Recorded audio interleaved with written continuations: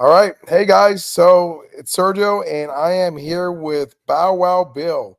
All right. So real quick, what we're gonna do is we're gonna have Bow Wow Bill tell you a little bit about himself.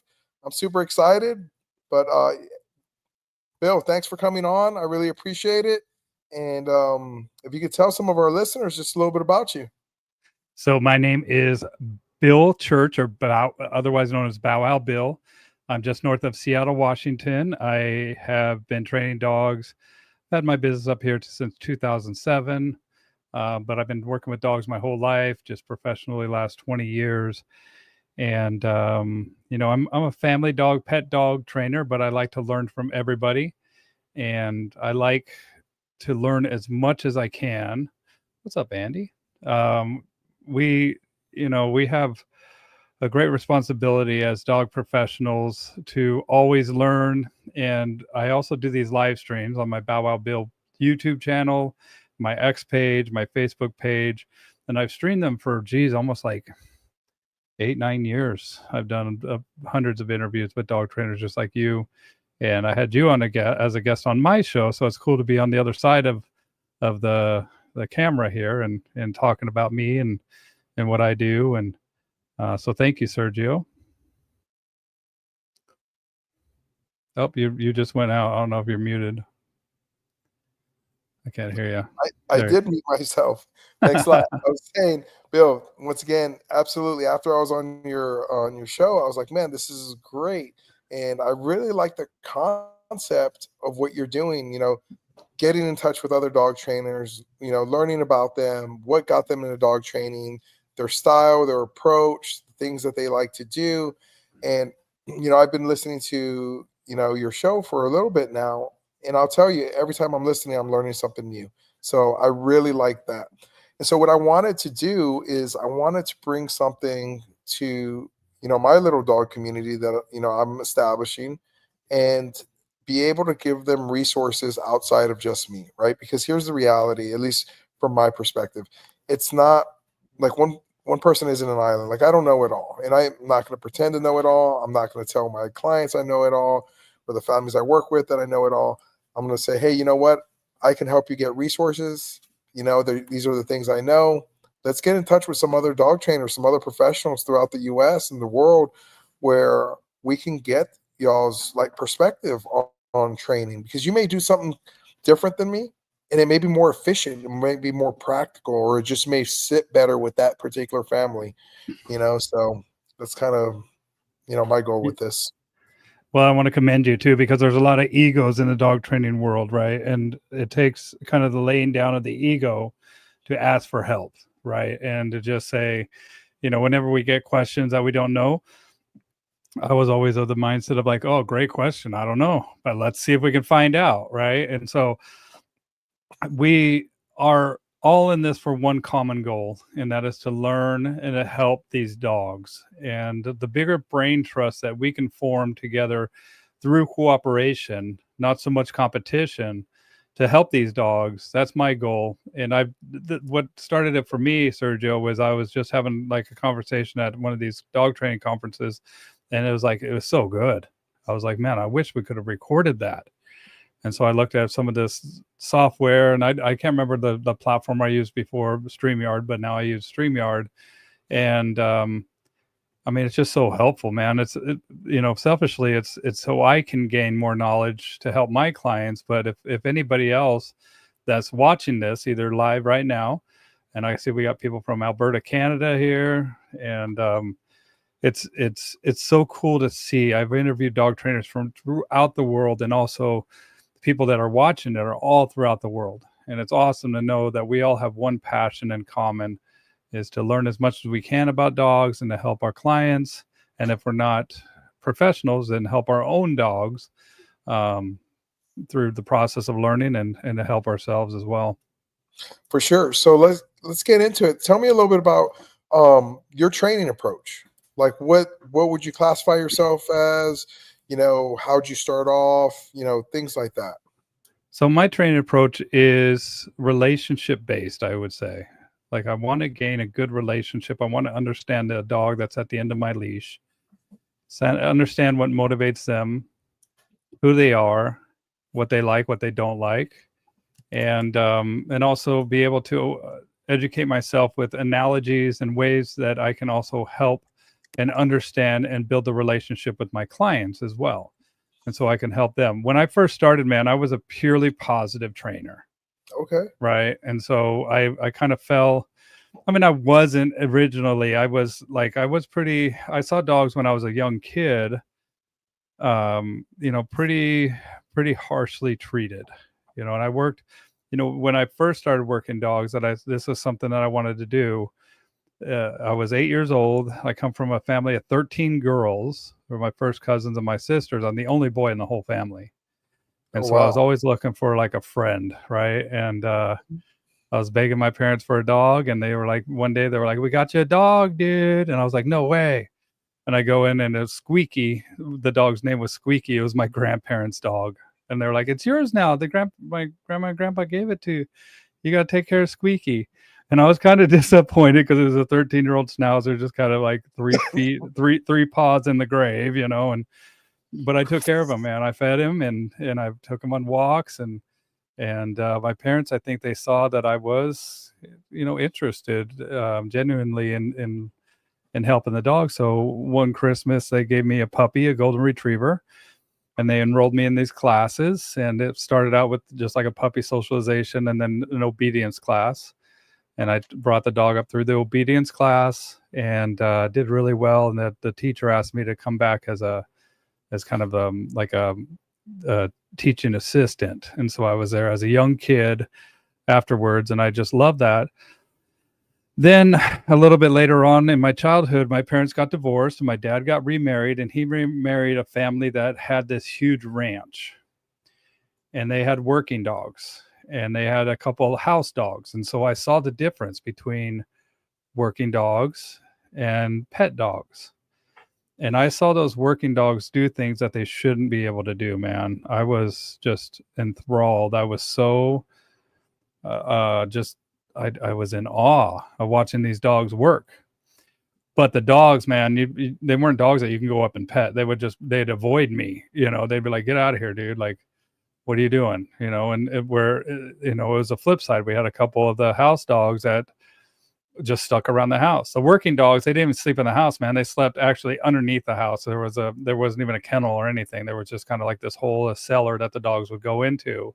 Okay. And then early in the morning, about 4:30, when I'd wake up to milk cows and buck hay to feed the herd, then the working dogs were ready to work, man. And they worked, and they helped herd the cattle. They were mostly cattle dogs, and I saw the relationship that my new grandfather through marriage had with these dogs, and it was almost like unspoken. It was pretty cool to watch, man.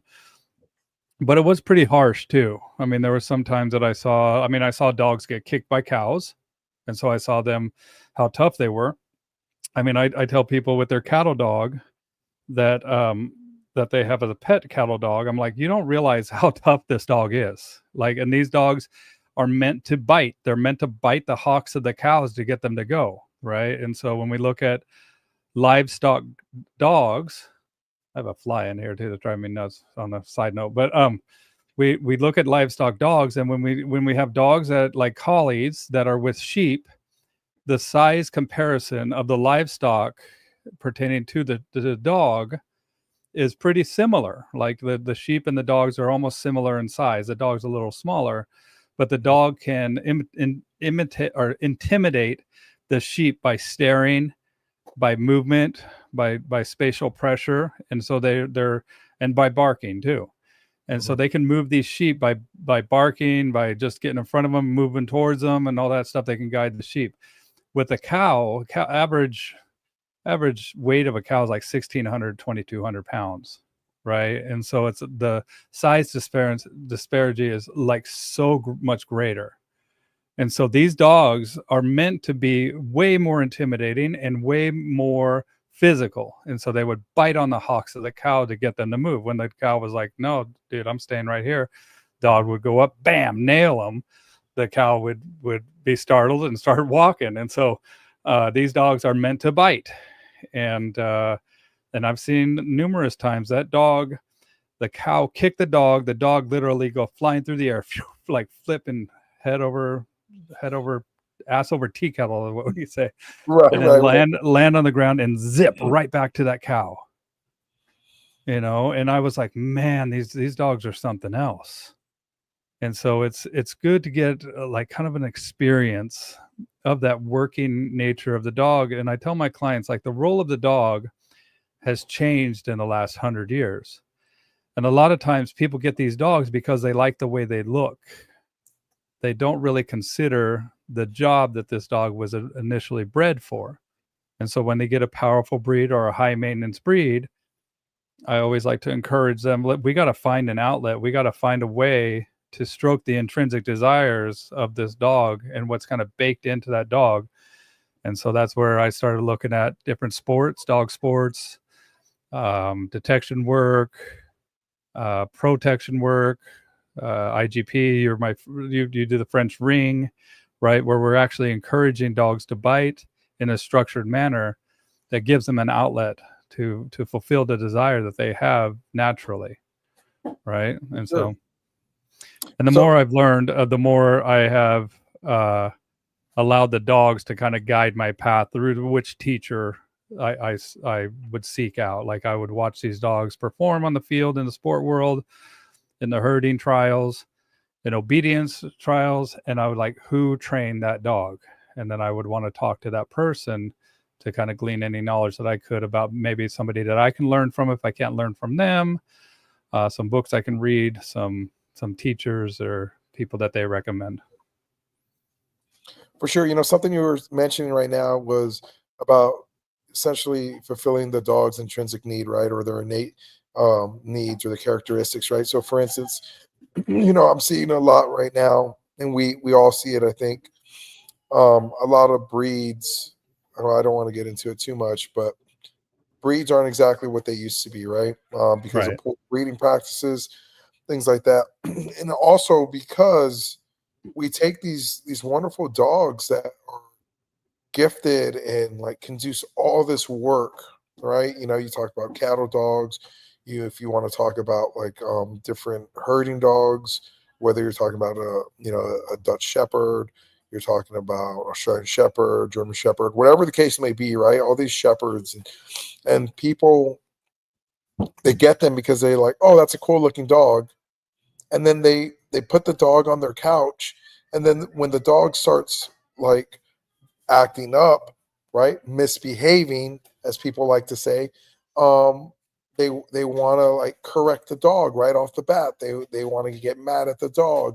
They're like, sometimes I have some families that I work with, especially like they have German shepherds. I seems to be a little more popular here. Um, they'll Gotcha. be like, oh well, my dog is nipping at my legs. I'm like, cool, he's hurting you. Yeah. Like, it's a German Shepherd. Yep. Like I don't know what you want me to tell you besides it's an innate quality. But like, what are your thoughts on that? I mean, are you seeing that a lot with, maybe not necessarily your clients, but just from other dog trainers you talk to, your experience with dogs and families? Yeah, yeah. I'd say, especially like the cattle dog, or, they're like, my cattle dog is biting. And I'm like, I bet he is. Because that's what they're bred to do, right? And I also let them know, hey, look, this is an unfulfilled desire. And, we can only curate that which is in the dog. And we can't make the dog something that they're not, right? And so we have to work with what we have. And if your dog's already doing these tendencies or has a tendency to do these activities, a lot of them don't necessarily correlate with their life, right? And so we find a way that we can fulfill that desire. It might even be just play with the dog and get a nice solid tug game or something like that, where we actually have a meaningful aspect of the relationship that builds rapport, that builds a camaraderie between the owner and the dog. And it's also important because that is also a way that we can start working on the training, with the dog and start to structure it in a meaningful way. Most of the time, I mean, it's people that they don't just have a misunderstanding of why their dog does this, but also they have a misunderstanding of why it's important to be kind of that leader role in the dog's life, where it kind of takes the weight of the world off of the dog. We're bringing the dog into the human world, and it's our obligation to kind of introduce them to the world that has a vast variety of devices like cars, skateboards, strollers, different things that we're going to encounter that show the dog that this is something not to be afraid of, something not to chase. Um, and how do we do that? But first, we have to start to develop a way of communication. And the way of communication starts with developing the relationship first and foremost. The relationships begins with trust. The dog starts to trust you, and then when you tell them that this thing is no big deal, they can trust that you know what you're talking about. And so it becomes important to have the dog view you as a leader. And a lot of people just have a little misconception about what that looks like, what that feels like. And when I say a leader, I'm not saying a bully. Like, we're not going to be the bully. We're not going to pound our dog into what we want. We actually want the dog to respect our wishes. And it reminds me of like the relationship I had with my dad, where it was just like an unspoken kind of respect that I had for him, right? And he could have pounded me. I mean, but when would say to me, "Son, I'm disappointed in you," that hurt way worse because I respected him. And so how do we start to that conversation of respect and build upon that and get the owner to understand what that looks like, what that means, how to achieve it for a lifelong relationship that's successful with the dog that they had, even if it's a working dog, even if it is a higher maintenance dog. Right, for sure. So I'm 100% on board with everything you say. I agree with you. Establishing the relationship and making sure that sound is super important. Now, I'll say this. Okay, imagine I'm your client. All right, I'm like Bow Wow Bill. I heard you on Sergio's podcast, and you're the guy. I want to work with you. I just bought a Malinois. They're 6 months, and he's biting me. What's the first thing I need to do? Well, I would say, why did you get a Malinois? Why above all breeds did you choose a Malinois? Right. And I want to get into their mind like, look, this is a high maintenance breed. This is a breed that even when we're training this dog, the dog really has no off switch. We have to figure out how to stimulate this dog that is a very high drive, high energy. I mean, not all Malinois are like that. So I would also ask about the energy level. The minority of Malinois are not like that. So first off, I would ask them why they felt the need to get this dog. And second off, I want to find out their background. How many dogs have they owned? And what their capabilities are of understanding the dog. What kind of structure they have, what kind of training tools have they used. 6 months is great, right? I love it when the dog is young, because now we can start to really get in front of this behavior before it starts to get out of hand, when the dog starts to get 2-3 years old and a lot stronger. And so, the first thing I'm going to do, first thing I do with all my dogs is I do long line work. So I get them on a slip collar or chain or a martingale collar, and the purpose of this is so that collar can't pop off that dog's head. And I want to start the relationship of establishing that the dog needs to pay attention to me above anything else in this environment. And so I use a 15-foot line. And so the dog has 15 feet that they can get away from me before they can figure out that, oh, I better pay attention to this guy. And so it's 15 feet in front, 15 feet in back. So at the center, we're in the center of 15 foot on each side. So if we add those, then the dog has actually 30 feet to navigate. So I start pretty broad. Mhm. Like as soon as I start to turn, I want the dog making sure that, I call it corrective turns. But at first, it's just going to be basic understanding. I start slow. I often tell my clients slow is fast, less is more. Even if we have a very high IQ dog, take the time to instill what you want to teach this dog. Try not to skip steps and rush forward here. Take the time, but also establish a relationship, establish the routine, boundaries, and then also like create time, stuff like that. Like these training tools that I want them to have. I want the dog to have its own encapsulated space of familiarity. I want the dog to, start to realize that routine. And once the dog starts to realize the routine, they get confident because they know what's coming up next. I explain to them, the benefit of having the crate. Like for instance, I got a little dog over here it's a service dog that I'm training. She's in a crate right next to me every time I do these things or these live streams or Zoom meetings or anything. She's in that crate. And after I'm done with the conversation with you, I'm going to take her out and do a quick long line session with her because she's brand new, first week. And then I'm putting her right back in that crate. And so I tell them, like, right now, the dog's kind of bored. And so we go from a place of low stimulus, and then I'm going to take her outside, work with her, a little bit higher stimulus. And then I'm going to put her back in the crate, let the information soak in, let her kind of ponder and let her process what just happened. And then I'll let her have some free time in the house, give her some loves and all that stuff. But that's what I'm talking about with the structures. Like, look, when we do train the dog, there's a structure to that, and start to pick out the words, the commands that you're going to be using, physical cues as well. So we have a verbal cue, we have physical cues. The dog is paying attention to us, explaining to them how a dog's mind works and how to take advantage of when the dog does something in the moment. If you want to have good timing to praise a behavior, or if you want to have good timing to correct or put boundaries, tell the dog to knock it off. That's it. It's just like the first line is, let's get this dog on a long line. Let's start to do go out where it's no stimulus at first. So it's right here in my field is where I'm working the dog. But tomorrow I might be down at the park.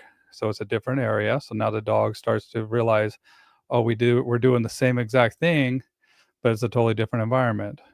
And then as we up the ante, I might do it next to a playground, right? Where the dog still can't access the playground or anything, but there's a lot more distractions. I might do it next to a dog park. I might do it next to a green belt. And so the dog starts to realize that even though my environment has gotten a lot more stimulus in it, that I still have to adhere and start to generalize what I'm being taught for the very first lesson that we did. Awesome. Yeah, for sure. I mean, that's amazing advice. I guess, but that's why you're here, right? Um, so yeah, I love it. So as you go through and you run through this program or this system that you've decided that works well for you, Mhm. you know, at what point, how do you choose the difference between or when you're going to employ free shaping and when you're gonna like use luring? Like what's kind of your rule of thumb that's worked for you, and what would you recommend people doing? I have the rule of like help the dog out, help as much as necessary, but as little as possible. Right. And so let the dog figure out how to do things. But if they can't, if they need a little help, that's where the luring comes in. Now, if I'm in a small space, we call it aquarium, right? If we put a dog or put a fish in the ocean, that's a huge, vast aquarium. Same thing with these puppies, man. They have a little brain, and so they need a little world to go along with that little brain. And so I'll have a little training room or something like that. And that's where I might do some free shaping, like in a small place where I can really, really control the objects or the items that I want the dog to free shape with. Now, when I do free shaping, it's definitely I want the dog to know what the clicker, I use a clicker, what that means, right? And so I want to charge up the clicker before I do any free shaping. And charging it up means that as soon as you hear this, it's a click and release. So as soon as you hear this, stop whatever you're doing, come get paid. And it come get paid from me, like directly. So I'll have a treat pouch on me. Click, click. A couple seconds later, I'm offering that treat to that dog. Okay. And then let the dog explore the environment. Let the dog try to like be creative with whatever act that they want to do. Now, whenever I free shape, and this is something that is important for people to know, once that clicker is supercharged, and people ask, how can I tell if it's charged? Well, if a dog's playing with another dog, click, click, the dog comes flying to you, wanting to get paid. If the dog's peeing, click, click, dog comes flying to you. I've even with the dogs eating, sometimes I'll even put out of like let them eat some of their food, and then click, click, the dog will come running over to me. Some dogs will be like, I'll get there, they'll eat a little quicker. Um, so it's basically whatever's happening. I want that dog to come flying to me like, oh yeah, let's do this. And so the treat, whenever we're doing the high value, or whenever we're doing the charge in the clicker, I want the treat to be high value. I want it to be, I call it dog money, right? Where their regular kibble or their food is going to be like $5, where I might have my treats be, I really like dehydrate, like freeze dried stuff, because you can crumble it up and you can give the dog a little bit or a lot, depending on what you want to do with the reward. But I want that dog to find value in hearing that click and knowing that I'm going to get paid something good. Okay. And then the other aspect of it is what we call intermittent reward. So when the dog does something, I might give them a good handful, and the next one might be a few pieces, and the next one might be just one piece. And then the next one might be like it's sporadic for that dog. Now, when we're doing intermittent reward, that's going to build desire, and that's going to build intensity.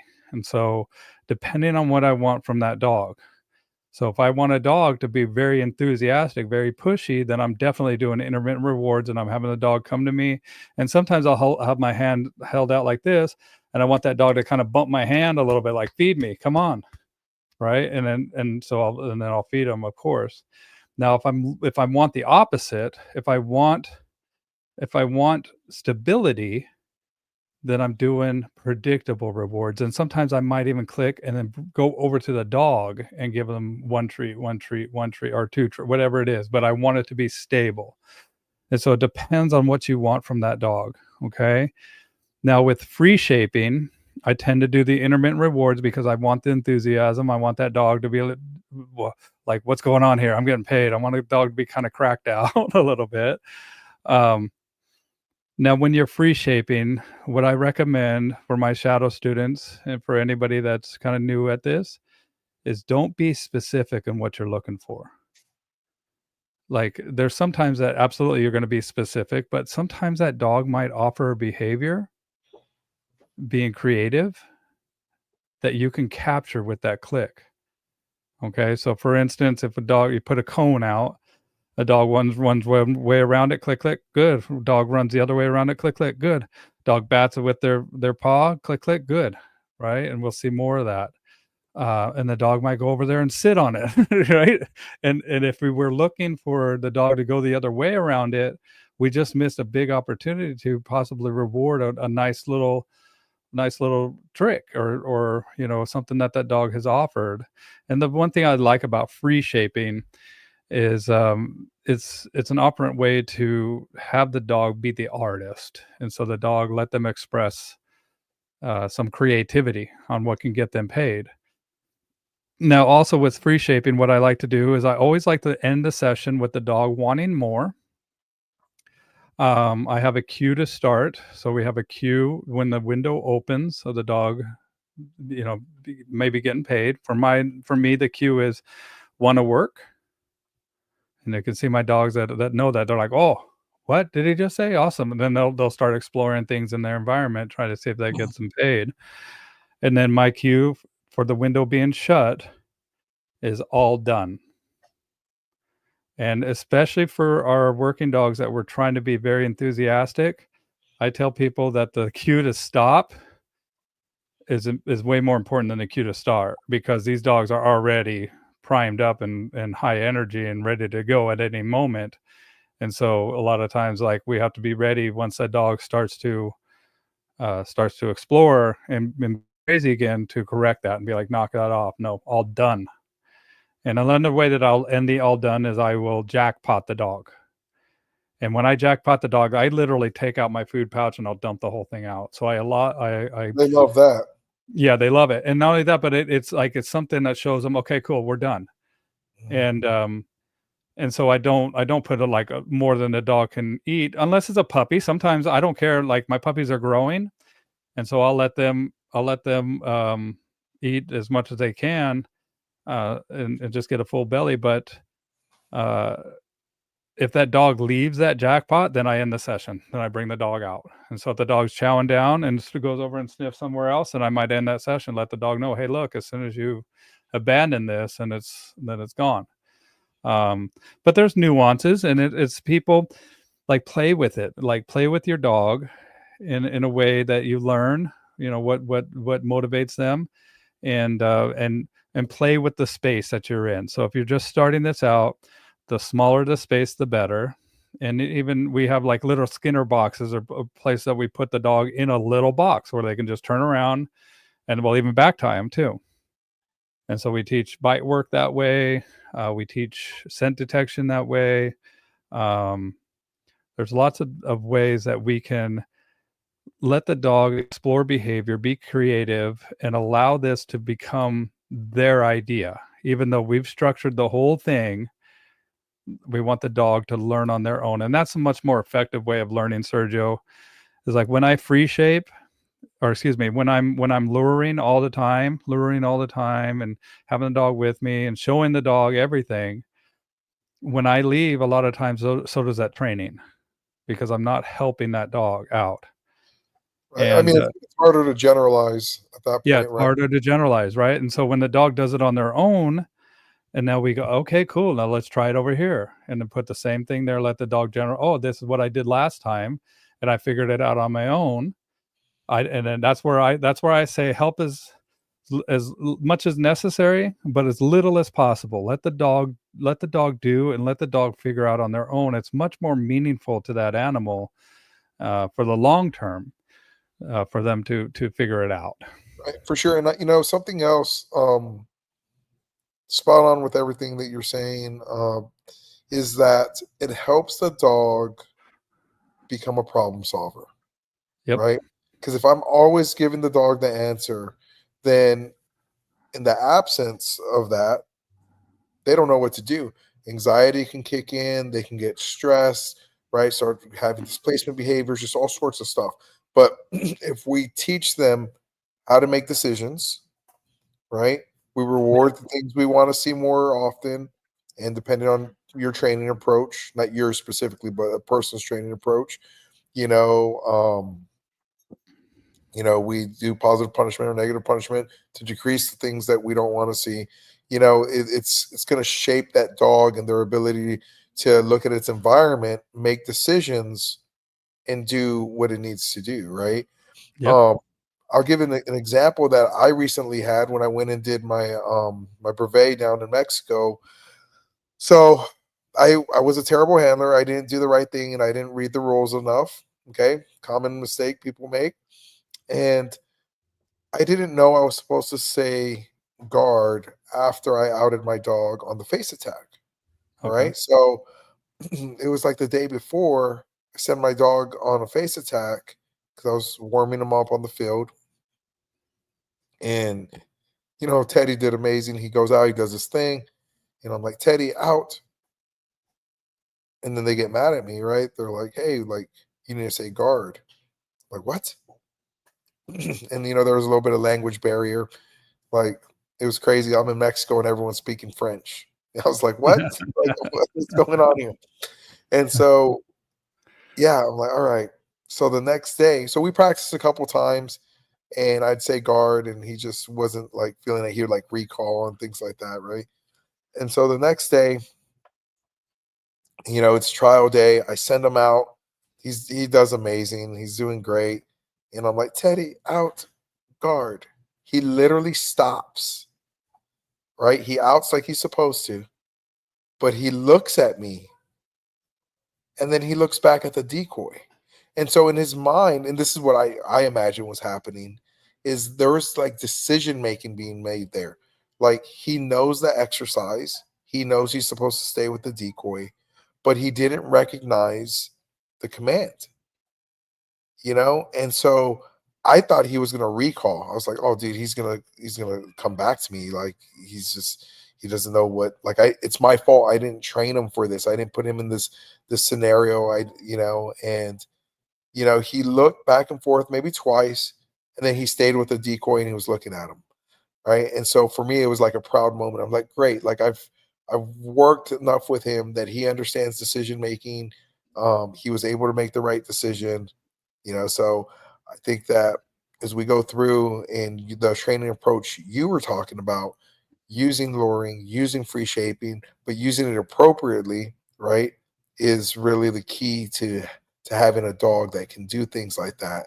And it's Yeah. something that I need to incorporate a little bit more in my training approach because I kind of found free shaping a little bit later. And the reason why is because when I first started training and I tried to use free shaping, I was making the mistake thinking that they needed to offer me the correct behavior. And I feel Right. like a Be lot of specific. new people um, to training, right? Whether it's a guy or a girl that gets a dog and they're like, hey, let me watch some YouTube videos, let me do some reading. They read about free shaping and they're like, okay, cool. And they stand there, the dog doesn't offer the exact behavior, and they don't necessarily understand. But what Mhm. people need to understand is that I don't need the exact behavior. I need you just to be close, Yep. right? Proximity. Right. And so, can you talk a little bit about that and why that works? Sure. Sure. And at the end of the day, we need to trust our dog and trust that the dog is going to discern. And I bet, dude, when Teddy did that, you were proud. You're like, okay, cool, man. And that's where positive reinforcement really comes because now it's real. It's like, dude, I'm so proud of you, bro. Right. And make it real. Like that's where it's like the dog knows this, dude. The dogs we sell our dogs short. When we're proud of them, man. And just like with the and that's with the respect that I was talking about with my dad when he was like, I'm disappointed in you. When my dad would say, son, I'm really proud of you, bro, that It was hits my different. everything. Yeah, it hits different in a way that is truly meaningful. And it's like it's the dog. My dad didn't be like, "Here's $100, dude. Awesome." It's like, no, he didn't give me anything. Like, and that's where I think that people with positive reinforcement have a misinterpretation. The value is in the relationship Mhm. that you have, and the value is allowing the dog to fail, allowing the dog to succeed, and setting up scenarios where you're really proud of them, man, and sometimes when you're really disappointed in them too, right? Right. And what I see with people that have always lured, always lured, always lured, and the dog's older, when we start to implement the free shaping, the dog has been so conditioned to get help that when we start to do free shaping, even if the clicker's charged, I can tell a dog that's been lured his whole life because he just goes and lays down and he won't do it. He's like, dude, I don't know, man. It's almost a learned helplessness. Like I don't know what's going on here. I don't know what, so I'm just gonna play it safe and I'm just gonna lay down because that never gets me in trouble. Like, and so Right. it's like they don't get the eyes of like, oh, that dude is on, right? Where my puppies that have been free shape, they're like, oh, dude, whatever. Like, let me be the next one to next one in line, right? And so that's what I was saying. Like, and but they're offering all this cool behavior, but we're specific in this one thing that we're looking for that we're missing all this other stuff that the dog is offering. And so specificity is the antithesis of creativity, right? Like where we're specific and the dog might eventually offer what we want them to offer, but also there might be other things that that dog is offering that we can absolutely take advantage of and have a way now of capturing it of like taking a picture, right? When you said break guard, Oh, my camera does these reactions. That's Super crazy. cool. I love it. Yeah, yeah. Let me see. It does here. I wonder. There, look at that. Yeah. But anyway, um, yeah, I don't know if yours does. If you got a Mac and you got to go up to the camera, but here I got to turn the Okay. reactions off too. Like you're saying, guard or out guard, Mhm. right? And the dog didn't know. And I'm trying to think of my train of thought that I just was on. I mean, you can see that uncertainty with that dog, but he eventually discerned, right? He eventually Sure. figured out, okay, this is what I want to do. This is, I'm going to play it safe. And so, discernment is a good thing. We want to be able to trust our dog. We want to be able to trust our dog when we approach and encounter novel items in the world, and the dog defaults to being cool about it, right? We don't want a dog that's discerned like everything. I must attack everything. I must just get super reactive, like go from 0 to 60, because that's a form of dysregulation on that dog's part, right? And so, I mean, for instance, with this dog here that I have, my wife came walking in the house with another dog. The dog just started right, and I corrected it right away. I'm just like, no, we don't do that. Mhm. Like that's not okay, dude. And how to punish a behavior that's meaningful. And just like we said, when we talk about positive reinforcement, negative reinforcement, positive punishment, negative punishment, we're talking about the likelihood of the behavior increasing or the likelihood of the behavior decreasing by adding or taking away. And it's pretty simple when you start to put it into those terms. And so I'm adding a punishment to decrease the behavior and for you to not lose your mind over somebody walking in the house, right? And it's just but it needs to be meaningful to this dog, where it's not nagging like it is a punishment. It's something that dog can reflect on and be like, okay, dude, I my bad. Like I didn't expect that, right? And so it's something that we have to know as professionals, but also how do we communicate this in a way that is meaningful, that a nagging correction sometimes can be a negative reinforcement, right? It can actually cause the behavior definitely to continue, if not increase. And so, how do we get the punishment to be effective punishment, or positive punishment to be effective punishment instead of, that's where the professional comes in. It's timing, and it's also the degree of punishment that we do. And that's another reason why I start them on a long line too, is because when the dog hits the end of the long line compared to hitting the end of a 4-foot line, hitting the end of a 6-foot line, when the dog hits the end of a 15-foot line, the fulcrum point is much greater. And so that is going to be much more meaningful to that dog to be like, man, what the hell was I thinking running after this thing? I need to pay attention to you instead of whatever else is in this environment. Does that make sense, Sergio? It does make sense, and I think one thing people need to understand is when they go through the things that we do and the things that we don't do are either going to fix or create problems for us with our dogs. You know what I mean? And Yep. so, for instance, I was started thinking right as you were talking, say, you do the same thing, you put that dog on that long line, and every time they go hit the end of that line, they're pop, pop, pop, right? They get that meaningful correction. Well, the likelihood of them coming out to shoot hard decreases, Hmm. right? They're gonna be like, they're gonna be a little more conservative. They're gonna be more measured with that. And so we got to be very careful about how we employ the tools that we're using, because we might be creating a problem for us later down the road. Yep. Um, One of the things that I did that created a problem for me was on my retrieves. Okay, so I would play, frisbee. I taught my dog to catch the frisbee, bring it back to me. Well, the problem is dogs amazing at pattern recognition, comes back to me, they know I'm going to say out, they drop the frisbee, I grab it, I throw it again. So they started coming back to me and automatically dropping. The problem is in sport, they have to wait till I grab it and then I tell them to out. Yep. right? So I created my own problem, right? So I think that it's super important as you go through this. And one of the things you talked about was getting with a professional.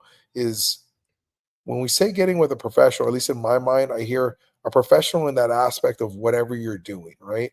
Yes. Because I see some trainers that are amazing sport trainers that, yeah, they can train a pet dog, but a guy that's been training pet dogs primarily, it might be a little bit better at that. Same Totally. thing, we get handlers, like canine handlers from like military or police. They go step out, right? They step into the pet world. Like, yeah, you have a tremendous amount of experience, but not as much experience doing pet stuff, right? There is a little bit of difference. There's nuances to all of this. Yeah, and a lot of it seems silly to you too, you know?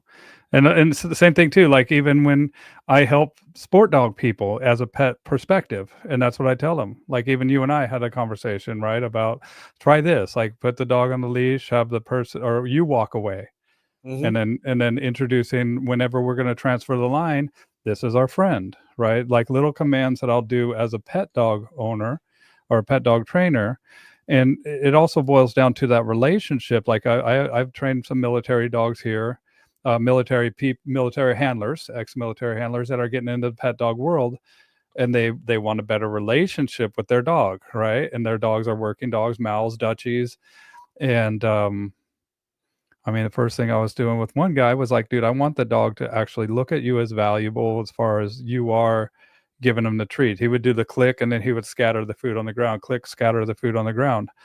And then I'm like, "No, I don't want you scattering that food," because if a dog would hear the click, look at the person, and then look on the ground, right? No, I want the dog coming to you, and I want the dog getting it from you, and I want you to tell that dog, "Good boy," and love that dog up.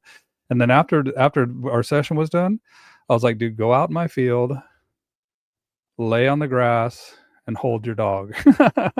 And this big military guy is like, "What, dude? Like, what? But Right, right, that's the stuff that pet dog people do too much, right? Sometimes with my pet dog people, I'm like, "Don't talk to your dog for 24 hours, right, or right. It's don't." okay not to like have a full blown on conversation with your dog. You Yeah, know, it's a yeah, lot of it's antithesis, right, of what I'm saying. It just, that's why you can still work in different fields.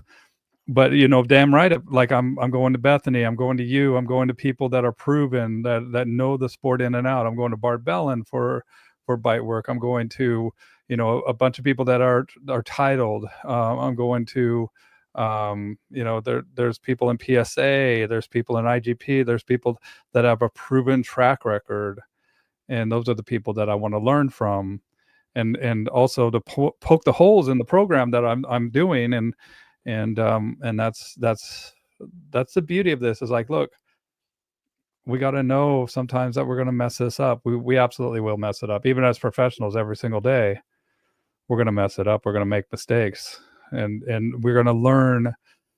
And just like we're teaching the dog through training, we have to break some of the patterns that we have through training, just like that out guard, right? So now you have to implement, when you get home, a new regiment, and that is going to, teach yourself based on the muscle memory that you've already brought into the situation.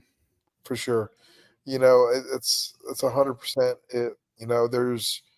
There's situations that I get into where I'll be working with families and their particular situation. I may not have a lot of experience dealing with that, right? And I can say, okay, I know the science, I have a system, I apply the system, but I reach out to trainers, other trainers. I get coaching every week. There's trainers that coach me, and it's so important to be able to reach out and then learn that different perspective.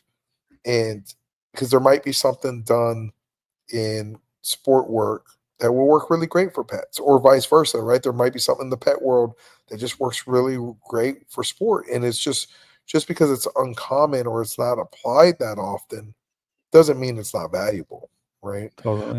Um, Well, and so I remember when I was at the Napopo Gold School with Bart, and this was Bart and Michael still taught it. And Bart was like, I teach my dogs when they heel, I step with my left foot when they heel. and I teach them when I step off of my right foot that they stay. And so that's something that he was like, "How come nobody teaches that?" And I'm like, "Bart, right here, man." And I brought my little itty bitty dog out and I showed him. Like, it was so cool that like some of the tried true stuff that I've learned in pet obedience has been forgotten in sport. Like, and there's things that as we evolve here, there's some gaps that happen that can be filled with a good brain trust, a good melding of minds to come together of like, how did you teach that, right? And I love my heels. My I don't do the fancy focused heel, but dang right, man. Like, I call healing dancing with your dog.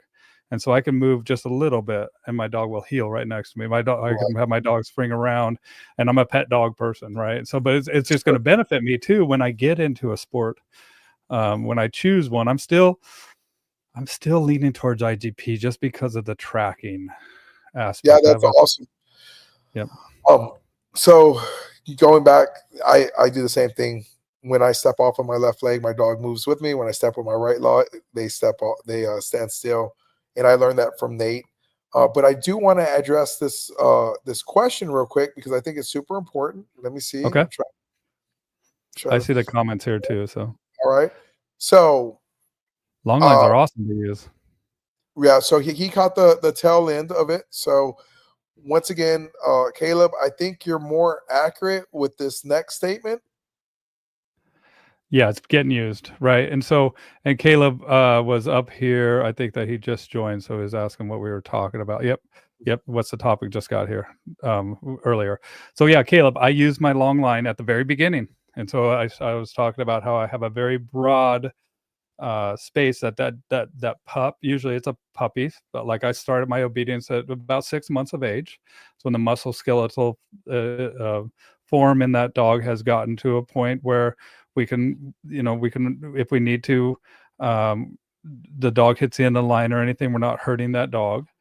And I'm giving the dog a very broad. I'm being fair to that animal by giving them, not being insistent in a small amount of space, letting the dog work out. Like, I got 15 feet. So if I turn around and walk the other way, the dog still has a lot of space to follow me.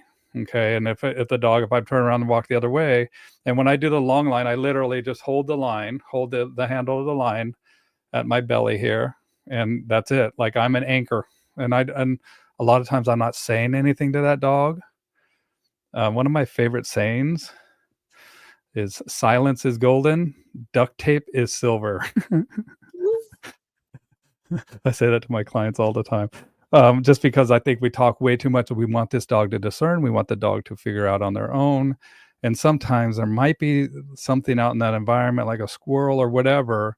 We're looking at three basic drives, right? Prey drive, defensive drive, social drive, or pack drive, as some people call it.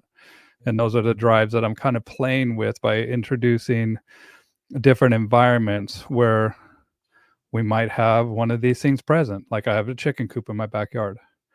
And so I might, if the dog's doing really well with no other distractions, I might walk back to that chicken coop. And a lot of times those dogs will be like, "Oh, chicken, I'm going to eat that thing." And they fly after it.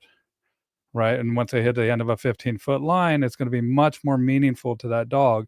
Now, whenever the dog forges a line, I always make a point to turn my back on that dog. And so if the dog ever hits the end of the line, the first thing that they're going to see is my back.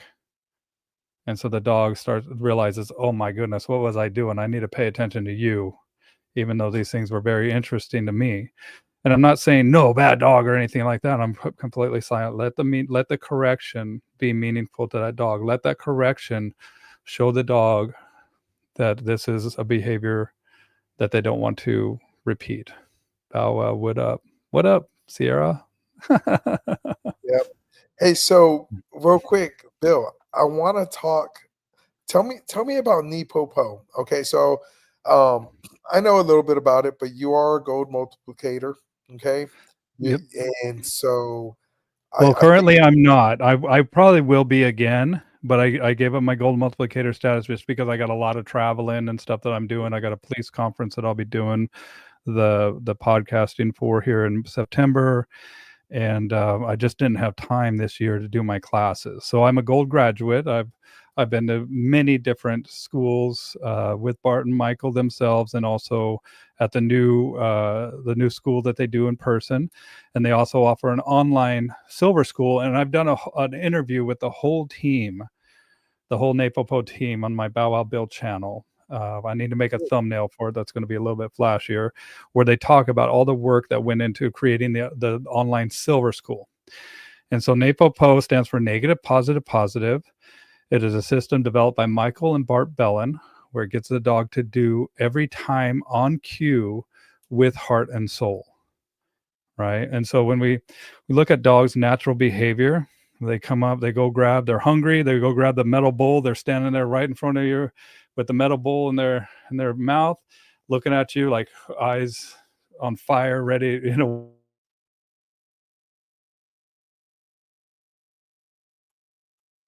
You there? All right. I'm not sure if I'm having technical difficulties, if he's having technical difficulties. Oh, okay. So, all right, it was Bill. All right, so Bill was having a little bit of technical difficulties, but real quick, what he was talking about with Nepopo, right? Always on cue, right? It's amazing. There's a lot to be learned there, and I'm gonna be really excited about hearing, Bill's perspective on Nepopo. You know, let's cover this real quick. Let's say, what's this say?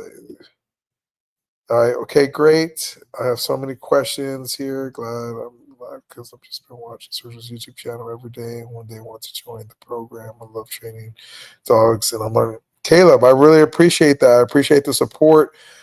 Checking out the channel. Anything you ever need, feel free to reach out to me.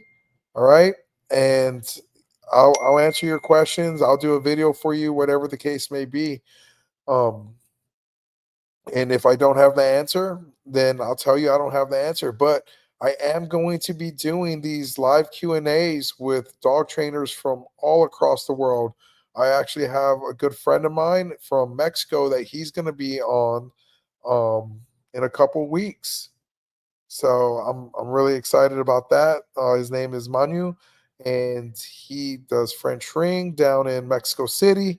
He actually has Teddy's brother, and his name is Soren. And Soren right now is a Ring One dog. I'm pretty sure. I'm pretty sure he plays in Ring One, and so we'll go from there. But super excited about it, and we're gonna go ahead and welcome Bill back, and he's back now, dude. better than ever. Yeah, Um, I lost power, dude. My wife just comes in and is like, we lost power. I'm like, I know, baby, we lost power. Sorry yeah, about that. I don't know what happened, but here we are no, back. it's super cool. So I was just thanking Caleb. Caleb's really enjoying this, the live Q and What's A, up, and I was Caleb? letting him know that I'm going to be having these. And as always, check out Bill's live Q and A's and interviews that he does. He has amazing guests on, and anyone you can learn from. Take a little bit of time and go check it out. Now, I do want to say hi to a couple people real Okay. quick. So right here, Casey Hodges. Okay, so Casey's a good friend of mine. We What's actually up, have a Casey? podcast together. It's called Casey and Sergio Beyond the Leash. Okay. Awesome. Uh, yeah, we do have a little bit different training perspectives. Okay. So Okay. that's kind of why I think it really works. And she's someone that I bounce ideas off of and like training approaches. And I'll be like, hey, this is what I got going on. This is how I would do it. And she'll kind of give me a different look. So I really like that. Well, maybe Um, I'll have her on mine too. oh yeah, she's great. She's great. I really like bouncing stuff off of her. All right. So we were talking about Nepo Po Right. and The bowl, and so the dog comes up with the bowl in their mouth and they're excited, and then you go tell them to fetch, a dummy or something like that, and they look at you like you're stupid. Right. It's like tapping into the innate learning the dog, or tapping into the innate quality that the dog has to learn the desires, what motivates them. And we do that through classical and operant conditioning. And it's it's a framework, and that's the beautiful thing about it, is that NAPOPO isn't like it's our way or the highway. They're like, no, this is the advantages of using positive only system. This is the disadvantage of using positive only system. This is the advantage of using negative reinforcement. This is the advantages of or disadvantages of using negative reinforcement, right? And there's ways that we got to prepare that dog for a correction, inevitable correction that's going to come in any system. Of correction will come, and it's a wonderful thing, man. I think, and I wish I had this when I was a new trainer. And I remember sitting in my first silver school thinking, man, I wish I knew this stuff when I first started, because a lot of this time we go off intuition, not knowing why this works with this dog and why it doesn't work with this other dog. And that's, I remember with positive, when I was a positive only trainer, I remember saying to this dog, like, this should work. Like, it's not working. Why isn't this working? And we were dealing with some competing motivators where the dog wanted this thing much more than the treat or whatever I was offering him. And so that stemmed my journey of learning from others based on the dogs that they have trained. And I'm always learning, dude. I will never not stop learning. And even the people that have been training dogs longer than I've been alive, they still have cases that are brand new to them, like dogs that they've never experienced or anything. So it's important to realize there's no finish line.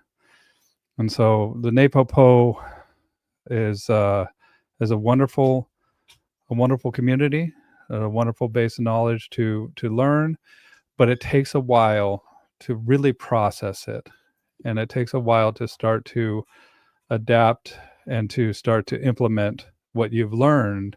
You know, Bart says 5 years, but I've done it way longer than 5 years, and I'm still, I mean, there's just so much to learn from it. And also what you realize too is that other systems are this system, like negative NAPOPO. Like, so for instance, like with the Keeler method of dog training, which is another method that I think has just a misunderstanding, because I went through the Keeler school about 5 different times. Just, I like to repeat stuff. Repetition is the mother of learning, just like with the dogs. When we do the commands over and over, set up the scenarios over and over, I want to learn something so well that I can teach it. And when we start, like after the long line work, then we transition down to a 6-foot line. So now and as towards the end of the long line, once the dog starts to get it, then I start to take the line into about 10 foot. And then I'll do maybe a few lessons on the 10 foot. And then I bring it down to a 6-foot line. And then I start really implementing corrective turns and automatic sits. And so with the heel command, when you walk, the dog's at your left side. And when you move, the dog moves. And when you stop, the dog sits without being prompted. Right. And so so what I'm saying is, when I do the automatic sit, I'll stop. I'll put my hands out in front of me as an indicator to the dog that we've stopped. And keep in mind, slow is fast. And so it's, a lot of my clients are like trying to rush through and everything. I'm like, slow down. We got all day. You know, just show the picture in a meaningful way to this dog. And I'll put the first hand down to the collar. I'll put a little pressure up. And then I'll actually take the dog and position him into a sit where I want him to be next to me. And then I release the pressure on the collar, and then I pet that dog. Little scritch on the ear, nothing crazy like "oh dog" or nothing like that. Just a meaningful touch. And then I do the heel command, Fido heel, stop, same thing, hands together, first hand down, pressure up, position the dog, pet, pay the dog, I call it. And I do that over and over and over and over and over again. What happens is that once the dog starts to feel the pressure, the dog realizes, oh, my butt's on the ground. I release the pressure and pet the dog. So the negative reinforcement is the pressure on. I take it away to reinforce the behavior. That is also a form of positive reinforcement. And then I pet the dog. So that right there, even though it's an old system, I was like, oh my gosh, that's NAPOPO, negative reinforcement, take it away, positive reinforcement. So I mean, it's a wonderful system. You should know it. But guess what? As a pet dog people, I have to remind the people that come to my classes, pet owners could care less about any of this stuff. They just want help with this one thing, or try to have a cool dog. So this is more for us, the people that are passionate about it, that want to know the gears and everything, how it works behind the scenes, and that kind of stuff, right? So they get into quadrants, they get into what all this means, but at the end of the day, it's a way more important to have analogies that are going to help your clients. That you're not going to be like, yeah, negative reinforcement, positive punishment, any of that stuff. It's they it goes in one ear out the other, unless they're like in behavioral sciences, like a psychologist or therapist or something like that. Well, one thing I think is super important, you were just talking about it, is when you were saying where you reward the pup, right? And you're using one of the primary enforcers, which is affection, you're petting the dog. Okay. And you mentioned how you just kind of pet them gently, right? Yes. So one of the things that I always try and stress to the families I work with is like, if I'm looking for stability, I'm not great, good job, you're doing it like, Totally. hyped up, right? Because it's like counterintuitive, but we do that so often, you know what I mean? Or we're looking for excitement, a recall, and the dog gets to us, and we're like, "Good boy," and we're Yep. calm. We're like, "Well, let's switch gears there." Yep. I do want to Well, touch. Go ahead. stability, really quick. I just want to say it's important. That's what our clients are looking for, is stability. Right. And so the NAPOPO can benefit you because they've inadvertently been using NAPOPO. They just did it for the wrong behaviors, right? For Like sure. barking at the door, pulling on the leash, all this stuff. So stability is the main focus, and they tell you how to do that with the system as well. So how to light it, pour gasoline, or how to bring about stability. Right. And so one of the things I do to increase stability in the pet dogs and families, is I use a lot of my continuation marker. Yep. You know, and, Bridging it, right? yeah, and just stay there. I'm bringing the reward to you. And in fact, I've done it so much that I started doing it with my sport dog, and there's some bad habits there. And Okay. so I had Jacqueline, you know her, she's a friend of yours. She saw me doing some training with my dog, and she noticed that. So we started using the terminal marker more. And Teddy's popping. He's doing great. He's doing Fantastic. What do good. you use for your continuation marker? I use yes. Do you use it like yes, or do you extend the S on the Yes, S, or great question because pretend like I'm Teddy? What would you say to me? Like I'm sitting there like a good boy. all right. So he's gonna hear me. I'm a little disappointed, but I go yes. Oh, I'll go yes. yes, and Okay. then I'll go free. Okay. For my girl, and it's so important because they shouldn't sound everyday conversations, right? That's why a lot of Yep. people use the clicker.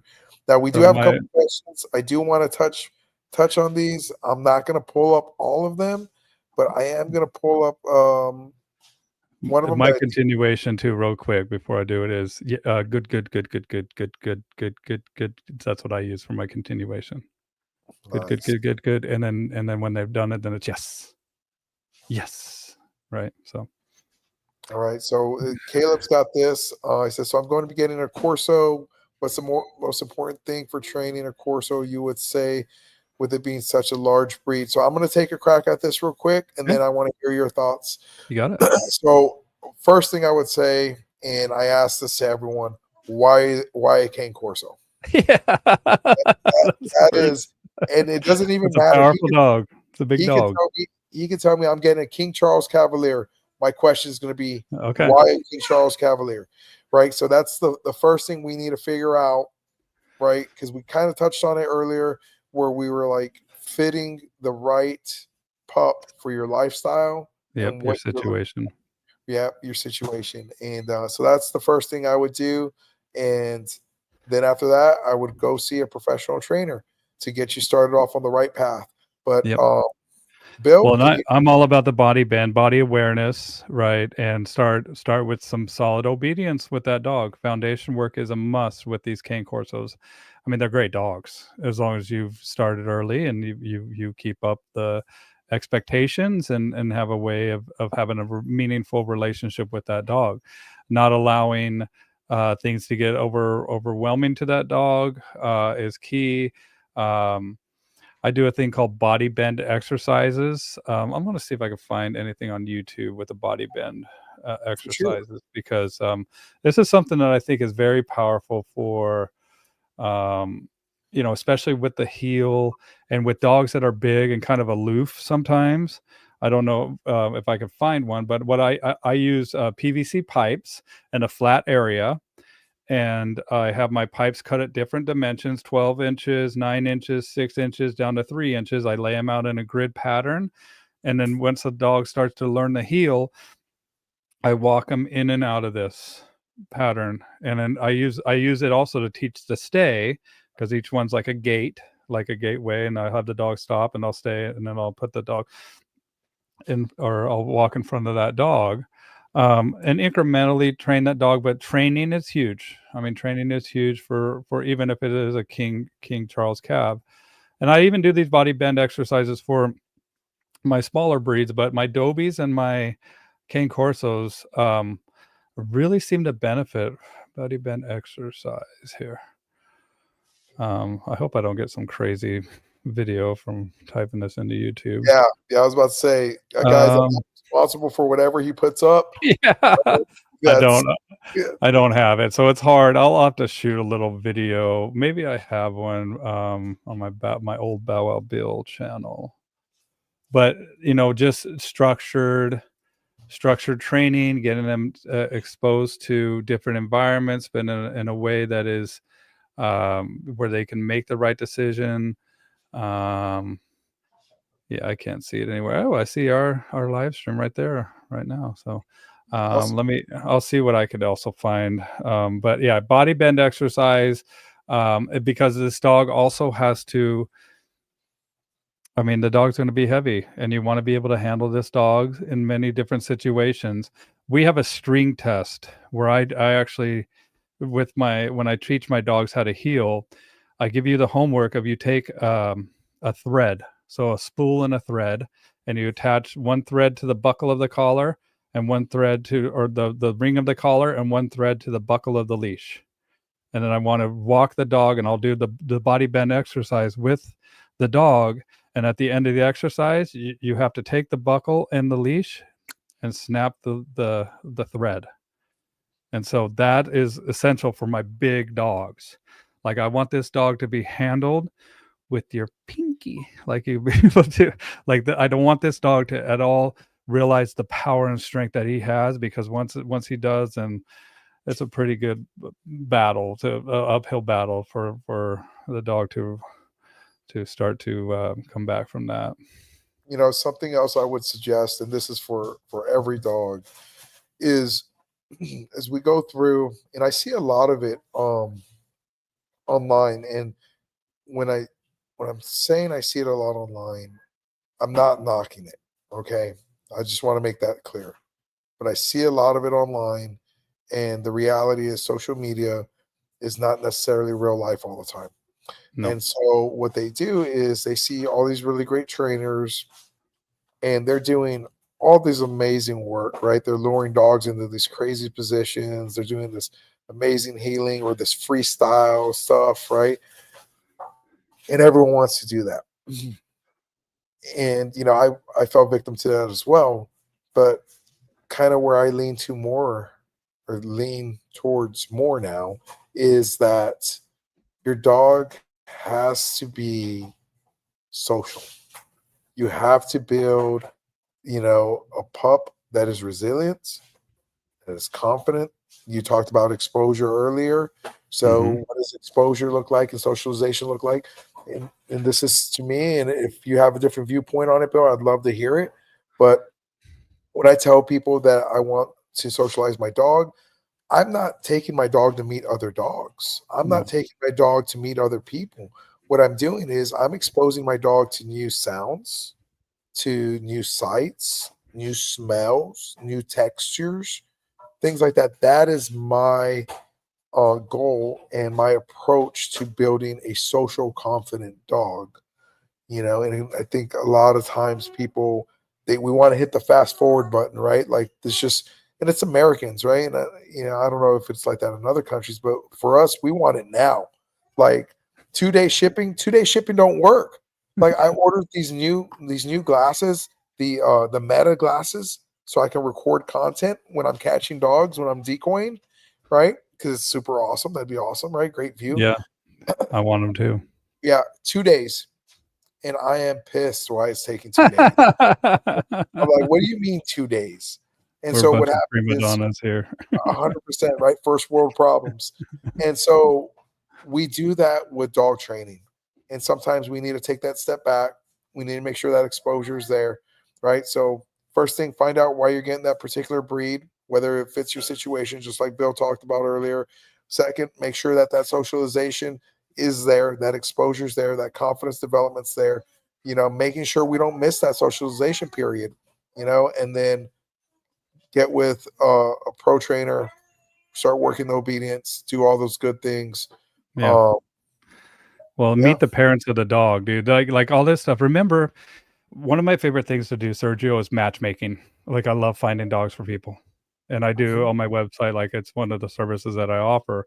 And I found dogs all throughout the country for people. And I have a network of breeders that I love them. And one of the things that I love to do is I love to meet the parents of the dogs because genetics is huge, you guys. Like I've done interviews with, whoops, my thing, but I've done interviews with Canine's Companions for Independence is one of the interviews with service dogs. Do a lot of service dogs work, and I asked him, I was like, "What role does genetics play with the dogs that you select for service dog work?" And he was like, 98% genetics. And I was like, "Whoa, dude!" Like they get all of their dogs from like 5 or 6 dogs.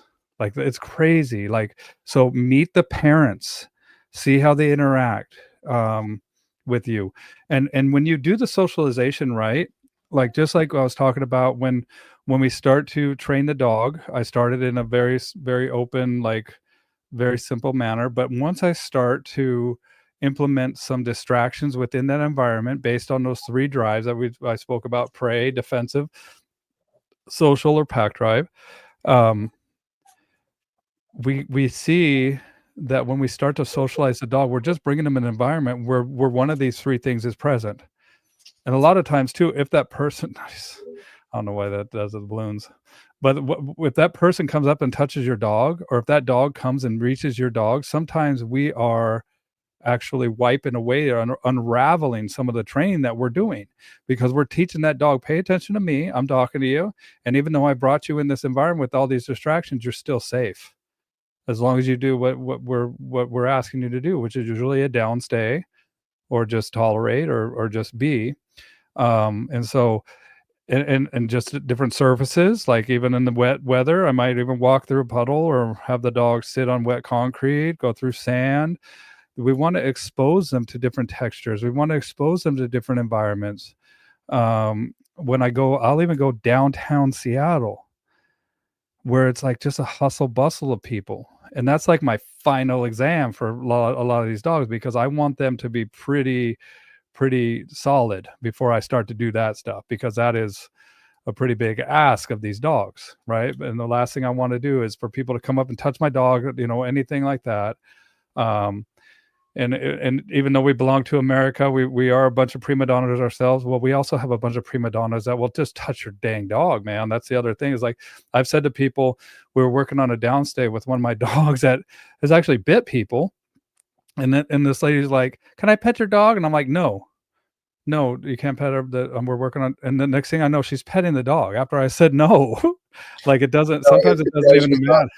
Yeah, Drives like their self-indulgence, their need of self-indulging their own, like it just trips me out. Luckily, the dog did great, and just like what you felt with Teddy on the field, of like, dude, I'm so proud of you. When I was walking off, I'm like, dude, I'm so proud of you, bro. Yeah, Like, good I'm glad you job. didn't eat that person. Yeah, Yeah, for and she sure. has no clue, right? And sometimes it doesn't even matter what the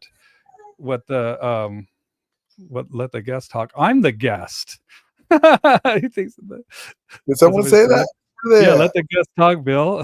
I'm the guest here, Bill. Arm and Hammer. But anyway, Oh, yeah, that's yeah, yeah, yeah. Yeah. I thought they were telling me, I was like, I am letting Bill talk. Yeah, totally. I am not, dude. I talk a lot. Sometimes I get with my guests. That's Um, good. Hey, I just want to throw this out there real quick. All right. So someone enjoyed a bag of Hawaiian rolls. That's awesome. I love that for them. All yeah, right. aloha. Tell them aloha. Yeah. And then we had someone eat some burgers today. Yeah, rewarding behavior, man. I know. Right? I And they know. got a jackpot. Remember, I was talking about jackpot. So For they're just sure. like, dude, it was worth it. You know, yeah, sometimes Mhm. we have to just Big let that risk, stuff big go. reward. Big reward. So, um, yeah. So yeah, socialize. You gotta get yourself a good trainer. Find somebody. That dog. Hopefully, you do great with them. But I've had a lot of cane corso calls of people wanting to get rid of a cane corso. Probably at least 20 in the last few years. So just know what you're getting into, and meet the parents, man. Yeah, for sure. And I'm going to touch on that because I just had, and I'm okay. So I just had a person reach out to me and we were talking and they're kind of newer to dog training. So I was letting them know, that I'm here to help, all that good stuff. And they were telling me about a dog they were going to get. And they started telling me a little bit about it. And the dog doesn't meet breed standards. Okay. And then I asked about the dog's working ability, and they didn't really have a lot of good answers. And then I asked about OFA and health, right? And didn't really know. And so I just want to touch base on this. And this is kind of, my PSA. And, some people may disagree with me, but that's the beauty of things, right? We can all disagree sometimes and Yeah. it's going to be okay. Um, I'm of the opinion that if I'm going to a breeder, then I know what the goal of that breeding program is. I know that the overall temperament has been tested, right? I know that that dog has achieved some sort of working ability, right? Whatever that is, right? Whether it's dock diving, whether it's some sort of protection sport, whether it's AKC obedience, like they've shown the ability to work. They've had all their OFAs type stuff in whatever um, specific health requirements for that breed. They meet breed standard. And the reason why is it's not that I am like a prima donna about my dog has to be this or that. It's that if I'm going to a breeder, the reason I'm going is because I'm banking on the likelihood of great genetics. That's why you go Mhm. to a breeder. Yep. And if I'm not going to be doing that, if I'm supporting a backyard breeder, which I will not do, um then really I'm causing more problems. I'm adding to the pet problem, the pet population problem. Adding to these dogs that may have health issues, may have temperament issues, that are having to go see dog trainers, maybe have to get put down because they turn into bite risks, right? All these problems that you can't predict. And if you're gonna gamble like that, go down to your local rescue, go down to the humane society, pick up one of those pups, give them a shot at life. Yep. And that's exactly what I told this person. I don't know if they're ever going to call me back again. I hope they do, because I want to help them as they start navigating through this industry and as they learn more about um, the professional pet world, dog world type deal. But that's kind of my take on it. What are your thoughts, Bill? Yeah. A good breeder is worth their weight in gold. And people think that breeders do this to make money.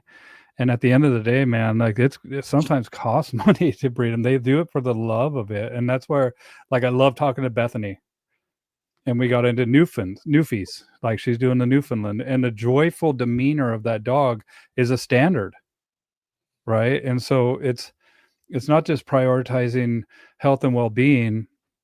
and that they're bred responsibly, that the dog is a mature age and good. But the OFA stands for Orthopedic Foundation of America. There's a lot of dogs with genetic abnormalities, and we have the technology to test these dogs. And I mean, the hip dysplasia. I mean, they do eye certifications, Heart. um, heart, right? And in the calves, we were just talking about the calves. There's a spine issue Mhm. that happens with the Cavaliers. Um, and not only that, but then we have early enrichment, early neural stimulation. Yep. Whenever I bred my skipper keys, like I would charge the clicker as a puppy. Um, Socialization, like I would leash train my dogs. I would do all this stuff with them. So it's and not only that, but another thing that I mean, and just like I was saying too, is about the parents of the puppies. Like I love it when the parents are on site, right? And full You should veterinary be records for able the to meet parents. Yes, you should. them. Um, and they have a nostalgic, like a commitment to the breed that they're doing, and a lot of times, like even like these old school breeders that have been breeding for so long, like I have clients that have gone out and met them, and I'm talking to the breeder about the different things that they've seen in their whole world of breeding, and it's actually, when you're doing it right, you're actually increasing the dog's breed's health and temperament, right? Rather than breeding just for profit. And also, a good breeder always has a rehoming policy. Like any of the dogs that I bred, I don't care if your dog's 9 years old, he comes back to me. If there's something, and I had a lady that unfortunately got cancer, and she had to bring back the dog. And without a second, I'm like, bring back the dog, no problem. I'm so sorry. And the dog was 3 years old, and I was able to find the dog a great home. But no matter what, like a good breeder, it's not just one and done. It's like, look, this is the life of your dog. You always have a resource. Don't Mhm. take the dog to the pound. Bring the dog back to me. I will take care of rehoming this dog. I will take care of all of that. So you'll always have an out. And even if it doesn't work in the first couple weeks, like bring it back for a full refund or whatever. Like I'm pretty easy as far as that concerned. I want my dogs to be in wonderful homes. I'm not breeding anymore. All my dogs are now altered and fixed, but I love it when I find great breeders, man. There's just something. So Um, if I ever got into breeding, that would definitely be something that I'd be huge on, is that my dogs would not end up in shelters. They would not end up in rescues. Like if I'm sitting on some land and I got 15 dogs that got brought back to me, like if I've made that choice, that's it. So that's why I said, like, know the goal of that breeding program. So you were talking about the Newfoundlands, right? mhm. And she's very um Bethany is very clear about the goal of her breeding program, and I don't want to say it because I don't want to misrepresent it, but from my understanding, it's literally having a great family dog. She's Totally. breeding, she's breeding for temperament, she's breeding, for all that goodness, right? And you know, you gotta, man, it's just so important. If your breeder can't tell you the goal of their program, like just go find somewhere else. Like just go, and that's just my opinion. And Well, it's it's an just emotional decision too. And people, this is a decade decision. This is a huge part of your life. And we can't think with our emotions. And so people get and they fall in love with a puppy or something like that. And it might not be, all the buttons or all the boxes checked, but you have to be logical about this. And this is a dog that you're bringing into your family for an experience, and you want it to enhance your life. You don't want to have now a management situation that's going to take up a lot of energetic residue in your brain where you're always having to worry about this dog. right. And so I never. Another thing is I haven't picked out my dogs. My breeders picked out my dogs for me. Yep, I've told I them do kind that of too. what I'm looking for, and they knew me and they knew about what my abilities were and kind of what my goals were, and they found me the right pup, and I've been very happy with the dogs that I have. So Yeah. So Caleb mentioned something that I want you to highlight. He says, "So are they that bad?" And he's talking about the Cane Corso. I mean, No, it's they're not bad, Caleb. They are just you just have to know what you're getting into, man. And know that these can be a high maintenance dog. Sometimes they're push button dogs. Like that's like the good ones are I call them push button dogs. Like, yeah, don't worry about them, man. They're kind of that's why it's important to have a great breeder. The dog itself isn't bad. And even my clients, like I have to remind them, your dog's not a bad dog. Your dog's just being a dog. They're just acting out in the way that they are kind of programmed to. It's just not conducive or correlative with your lifestyle. So now what do we do? And so for sure. And we can't expect dogs to be robots, right? You know right. what I mean? Like that's the thing. I see a lot of it. Um, 20 calls to rehome. Okay, he said 20 calls to rehome just because the situation that Sergio and I are talking about right now. They didn't do the due diligence. A lot of these were backyard breeders. A lot of them were oops puppies, where the pit bull got a hold of the Cane Corso, and now we got puppies that we need to get rid of. I mean, it's a sad situation, but it's I mean, that's just the fact of the matter of what I've had to deal with is just like improper breeding, improper breeders. They love their dog so much that they wanted to make another dog, not thinking through some of the problems that their dog had that maybe they shouldn't breed into another litter. Yep. Yep, barbell and Fila mix. Yep, those are. He was great. Yep. I mean, they can be great. I mean, it's not for all the dogs. He was saying that he had a barbell Fila mix, and he was great. Like they're just powerful dogs. They're big dogs, and you got to know what you're doing with them, and you got to know what you're getting into. So yeah, for sure.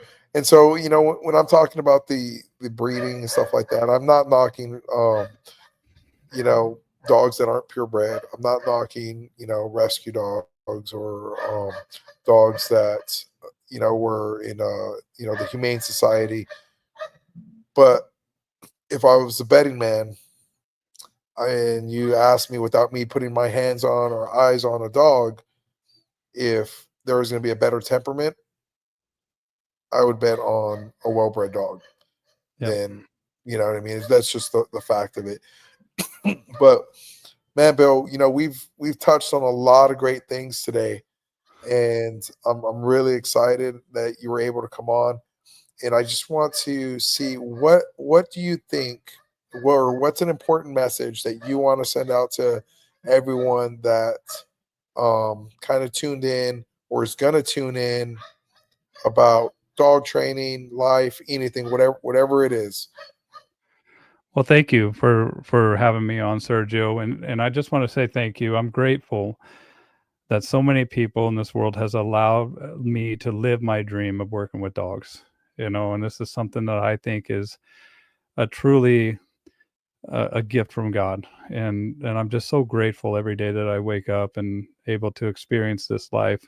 Um, with that being said, like check out the content that I've had. I've had a couple hundred chats like this with Sir, and I've even had one with Sergio, and I had one with Bethany where we talked about her new fees and a few with Nate, and I've got so many great dog trainers, so many great conversations, and I'm looking forward to the ones that I have in the future with people that maybe I might disagree with. There's been definitely client or guests that I've had on that I don't agree with, but I've learned from them, and there's never stop learning. Never think that you know it all. Like you have this belief system. New information should be able to change those beliefs. And so listen, discern, and know that we all have something to learn from each other. We all have something to teach each other. And be open to learn something new, and be open to finding the pearls of wisdom that are in these conversations that we've had. And dude, I just appreciate you, man. I can't wait to meet you someday in person and meet your dogs. And it's an honor, dude. Thank you. Absolutely, Bill. Thank you so much. And guys, please check out his content. All right, it's amazing. It's great. I'm glad I got turned on to it. Um, like there's pearls of wisdom in every podcast, every interview I've seen him do, I've taken something from them. All right. And like you said, there's stuff that, I'm like, I don't necessarily agree. But then I started hearing them explain it, and I'm like, oh, it's not that I didn't agree, it's that I didn't understand.